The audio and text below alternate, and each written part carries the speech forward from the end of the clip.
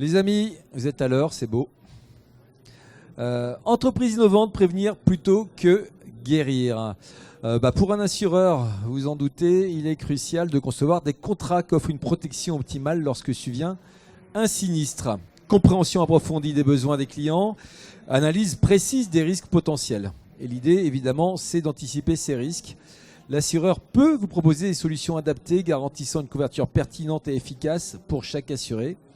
Lors de cette conférence, que notre ami Olivier Fèvre-Pierret va nous animer, l'idée c'est ça. C'est, cher Olivier, prévenir plutôt que guérir. Voilà, bonsoir à toutes et tous. Alors oui, aujourd'hui, prévenir plutôt que guérir. C'est quoi l'idée? C'est que l'assurance, c'est pas une fin en soi. Et avant de parler d'assurance, on parle souvent de prévention. Et c'est se poser toutes les questions de son assurabilité avant de passer la main ou le relais à son fournisseur qui est l'assureur. Et l'idée que je voulais essayer de vous faire passer à tous, c'est que l'assurance, c'est un marché comme les autres, avec ses vicissitudes. En fonction de l'évolution des marchés, il est plus ou moins difficile de s'assurer ou de rester assuré. Donc il est très important, lorsque vous gérez vos biens ou gérez vos risques, de se poser toutes ces questions au préalable. Et pour bien les qualifier et pour les transférer ou les transmettre à l'assureur dans des conditions optimum. Et la deuxième idée, c'est qu'il est important que vous ne perdiez pas l'esprit que être assuré aujourd'hui dans des conditions convenu et accepté des deux parties, de vous-même et de votre assureur, ça va vous donner un gage pour que demain, vous soyez toujours assuré de la même façon. Il y a des grands principes à respecter, il y a des grandes règles à respecter qu'il faut maîtriser pour que vous ayez une assurabilité maximum dans le temps. Et nous, dans notre métier d'intermédiaire, c'est notre leitmotiv, c'est nos conseils en permanence de veiller à ce que nos clients aient une pleine conscience de leurs risques divers et variés, leur maîtrise de ces risques, et puis bien qualifier avec eux le fait de transférer ou pas tout ou partie de leurs risques à leur assureur. Alors quels sont ces risques potentiels? Ou ceux, par expérience maintenant, qui arrivent le plus souvent, ou ceux qu'on oublie d'anticiper peut-être? Alors la difficulté du métier, c'est qu'en fait, d'une façon générale, le risque est partout. Alors, il y a des risques qu'on qualifie assez aisément, puis il y a d'autres risques, et c'est tout l'attrait ou l'atout de notre métier. On a des risques nouveaux qui apparaissent, et donc on se doit d'être vigilant et très à l'affût de toutes ces évolutions. Et se poser ces questions en permanence pour faire en sorte qu'on reste couvert et qu'on maîtrise au mieux ces risques et qu'on puisse les transférer demain à l'assureur. Donc quels sont ces risques? Il y a des risques qui sont assez communs et connus. Aujourd'hui, on veut préserver ses biens, son patrimoine personnel. C'est le nerf de la guerre quand même. Ouais. Le patrimoine de son entreprise. Nous, c'est notre spécialité aujourd'hui, patrimoine de l'entreprise. On va couvrir ses responsabilités.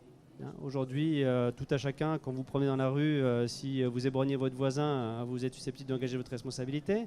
En tant qu'entrepreneur, lorsque vous fabriquez un bien ou vous le distribuez, vous engagez des responsabilités.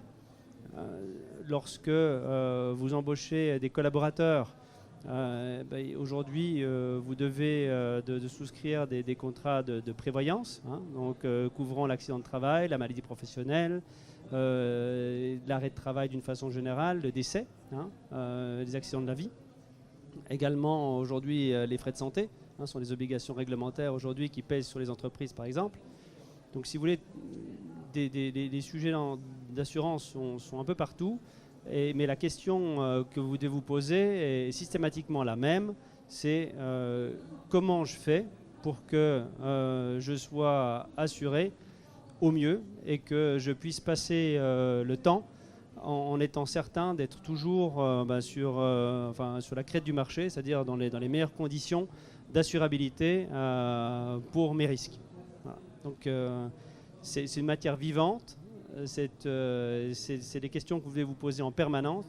Alors c'est vrai qu'en principe, on s'adresse à des auditoires qui sont plus des auditoires professionnels sur ce genre de sujet. Hein. Vous êtes un auditoire qui sont essentiellement, je ne sais pas qui précisément, mais plutôt précisément étudiantin. Hein. Sur le sujet, c'est vrai que demain, quand vous créez votre entreprise, ce sont des questions que vous devez vous poser, hein, mais c'est jamais manquer d'audace et jamais s'arrêter sur ce qu'on vous propose sans y avoir au préalable réfléchi, hein, et puis vous poser les bonnes questions. Hein. Souvent, ce qu'on attend d'un assureur, c'est dire tiens, tu m'assures et puis après débrouille-toi. Non, ça ne se passe pas comme ça. L'idée, c'est que vous qualifiez vos risques et on vous aide à ça, hein, à qualifier vos risques, et puis que vous posiez ensuite les questions de ce que vous voulez vous assumer seul, hein, sans passer par un fournisseur d'assurance. Est-ce que vous voulez transférer au contraire à l'assureur parce que vous n'êtes pas en capacité de le faire financièrement ou vous ne voulez pas, hein, tout simplement. Donc vous avez des garanties qui sont obligatoires, mais vous avez aussi des garanties de confort, hein, que vous pouvez souscrire parce que c'est votre choix que de le faire. Hein. Mais l'essentiel, c'est comme c'est une matière qui est relativement ardue, hein, ça reste un contrat, donc il faut définir et accompagner par votre intermédiaire ou la compagnie qui vous suit pour que vous puissiez être assuré au mieux de vos intérêts, mais de ce que vous également voulez, souhaitez. Hein. Voilà. Donc c'est ces points-là de vigilance qu'il faut bien avoir. Hein. Les questions qu'on se pose tous et qu'on entend depuis ce matin, c'est quand on monte son entreprise, c'est qu'on est prêt à prendre des risques en général, c'est le principe de l'audace d'entreprendre, mais au bout d'un moment on se dit comment on peut les limiter, et si finalement on est moins en réussite ou il y a une période un petit peu difficile dans son chiffre d'affaires, en marge ou voire une grosse difficulté, comment on peut anticiper ce problème et se dire et arriver à dormir la nuit quand même, quoi.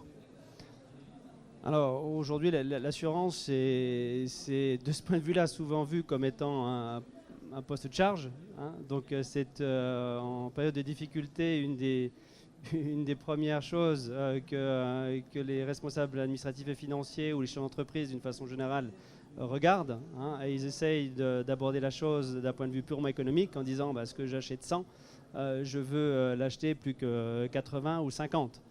Alors c'est dans le temps souvent une mauvaise idée et un mauvais choix.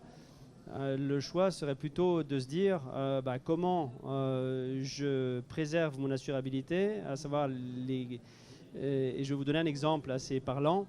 Alors je vais peut-être utiliser un exemple plutôt de particulier et moins d'entreprise, ça vous parlera un peu plus ici. C'est que pendant des années, on a délivré des permis de construire dans des zones inondables. On s'est posé aucune question. J'ai un bon assureur.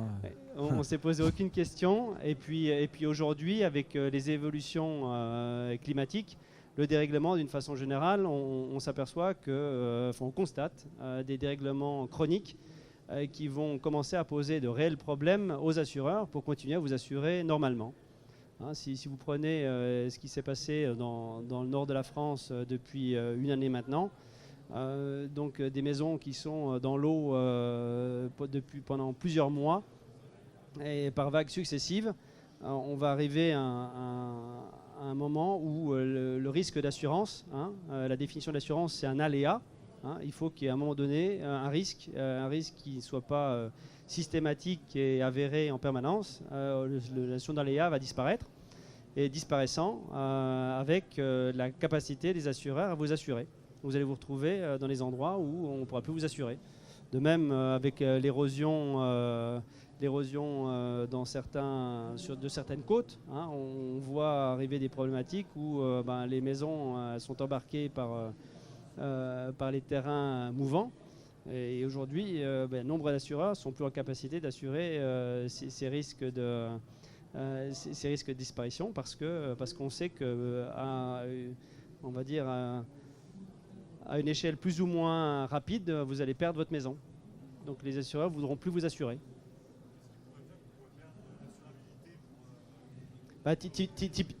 Pour une entreprise aujourd'hui, je vais vous donner un exemple qui est symptomatique sur les marchés. Vous avez des risques, par exemple le risque bois dans nos activités. Les premières transformations du bois, les scieries, je ne sais pas si vous connaissez un peu ces activités professionnelles, aujourd'hui le marché français n'est plus en capacité, au regard de la fréquence de sinistres qu'il y a pu avoir au cours de ces 15 à 20 dernières années, n'est plus en capacité de proposer des couvertures et des garanties d'assurance à ces entreprises. Ou alors, elle les propose dans des conditions de prévention et de protection et qui sont extrêmement importantes. Donc si vous n'avez pas été vigilant, si vous n'avez pas anticipé ces évolutions de marché, vous vous retrouvez à un moment donné en tant qu'entreprise à devoir investir des sommes en protection et prévention telles que vous vous retrouvez dans l'incapacité de le faire. L'exemple que je vous donnais, c'est que pendant des années, le marché de l'assurance du bois était un marché, comme le reste du marché, pas très élevé en termes de prix. Donc les clients ne se posaient pas la question de savoir s'ils mettaient des moyens de protection supplémentaires, comme des lances incendies, comme des systèmes d'extinction automatique à eau, qui sont des investissements qui sont relativement conséquents. Et aujourd'hui, rattraper le temps perdu, les entreprises n'ont plus la capacité financière de le faire. Donc elles se trouvent dans un état où, pour s'assurer, on leur demande impérativement de le faire. Ça va coûter plusieurs centaines de milliers d'euros, voire millions d'euros, pour les entreprises qui ont une capacité d'investissement sur ces sujets qui est de quelques dizaines de milliers d'euros par an. Donc le marché, il est fermé. Voilà. Donc, et ces sujets-là, on va les retrouver dupliqués à toute activité professionnelle en fonction de l'évolution aussi même du marché. On a parlé ce matin, on en parle souvent dans les médias de risques cyber, par exemple. Ces risques cyber, c'est un marché du point de vue assurantiel qui a été extrêmement tendu ces dernières années, et plus particulièrement depuis 2020, lié aux conséquences du post-Covid et du développement du télétravail, où on mettait en risque de façon importante et les dérèglements politiques. Vous avez dit que j'ai la bonne assureur. Je veux absolument qu'il travaille. Et donc, ces risques-là, si vous ne les anticipez pas, vous perdez votre assurabilité. Vous noterez l'efficacité de l'équipe de l'Audace Entreprendre. 10 secondes plus tard, ils sont déjà là. Pardon. Voilà, alors, ce sont quelques exemples que je vous donne. Alors, c'est vrai qu'en tant que chef d'entreprise, ce qu'on va essayer, nous, à chaque fois, de mettre en exergue ou essayer d'accompagner, c'est toutes ces problématiques-là, aider les chefs d'entreprise à réfléchir, à se projeter et puis à anticiper des évolutions de marché. Donc on est en tant que coach en disant monsieur le chef d'entreprise, votre risque, voilà ce qu'il est, voilà comment le marché veut évoluer, voilà aujourd'hui ce qu'on vous conseille de faire. Aujourd'hui, l'assurance, ce n'est pas une fin en soi.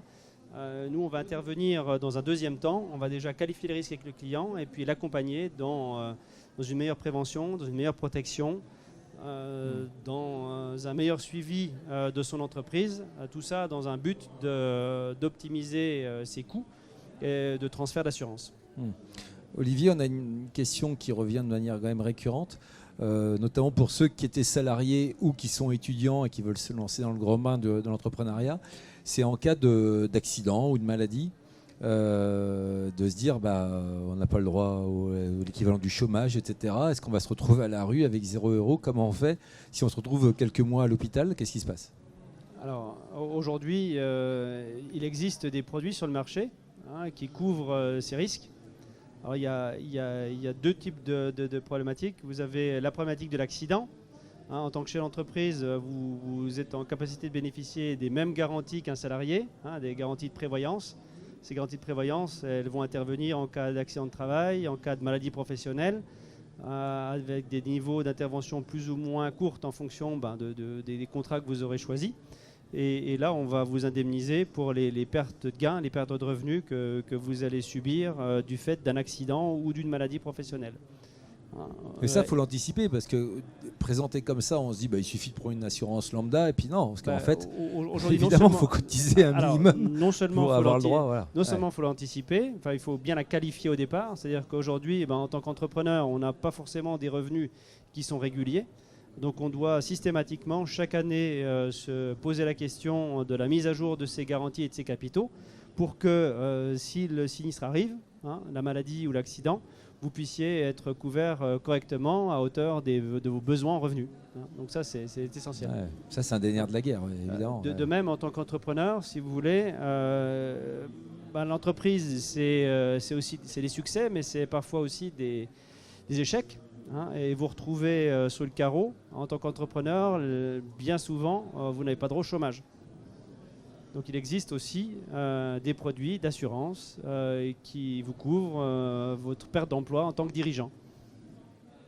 Donc là, c'est pareil, ça s'étudie en anticipation du risque. Parce que si vous sentez que votre société va sauter les pics, comme on dit très vulgairement, et puis que vous n'avez pas anticipé le sujet, vous ne pouvez plus souscrire. Ça s'anticipe avant ou pendant la constitution ou pendant la vie de l'entreprise. Ouais, en clair, quand sa boîte éventuellement plante, ça permet de ne pas perdre sa maison, pas perdre son appartement, parce qu'on continue de payer les... Exactement. Voilà. Et donc ça, pour le coup, ça s'anticipe.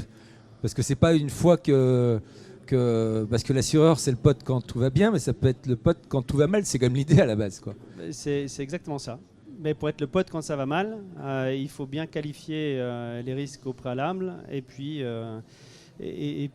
savoir exactement ce pourquoi on est assuré et ce pourquoi on ne l'est pas. Question.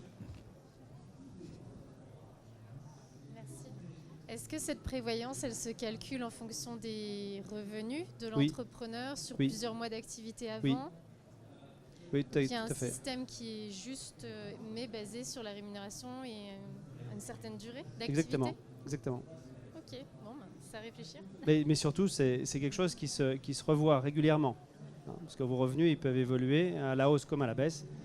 Donc si vous ne revoyez pas vos garanties de façon régulière ou fréquente, vous risquez de vous retrouver avec soit des cotisations trop élevées qui vous serviront à rien, puisque si vous avez un événement assurable, on vous donnera ce quoi vous avez droit, à savoir dans vos limites de revenus déclarés, fiscaux déclarés. Et puis dans l'autre cas, vous pouvez vous retrouver avec des niveaux de rémunération inférieurs à vos besoins, puisque vos rémunérations ont beaucoup évolué entre le moment où vous avez souscrit votre contrat et l'événement. Oui. Sur ces sujets-là, le sujet de l'assurance, c'est une matière évolutive. Donc, comme je vous disais, les marchés sont évolutifs. Avec des vicissitudes qui font qu'à un moment donné, vous achetez un produit pas cher parce que le marché est pas cher, mais ce même marché, pour des raisons diverses et variées, et c'est des raisons qui sont bien différentes d'un marché à un autre, d'un risque à un autre. Parfois, ce sont les mêmes qui ont les mêmes effets, mais votre marché il peut évoluer à la hausse. On va prendre un exemple très concret que vous allez tous sentir dans les mois à venir.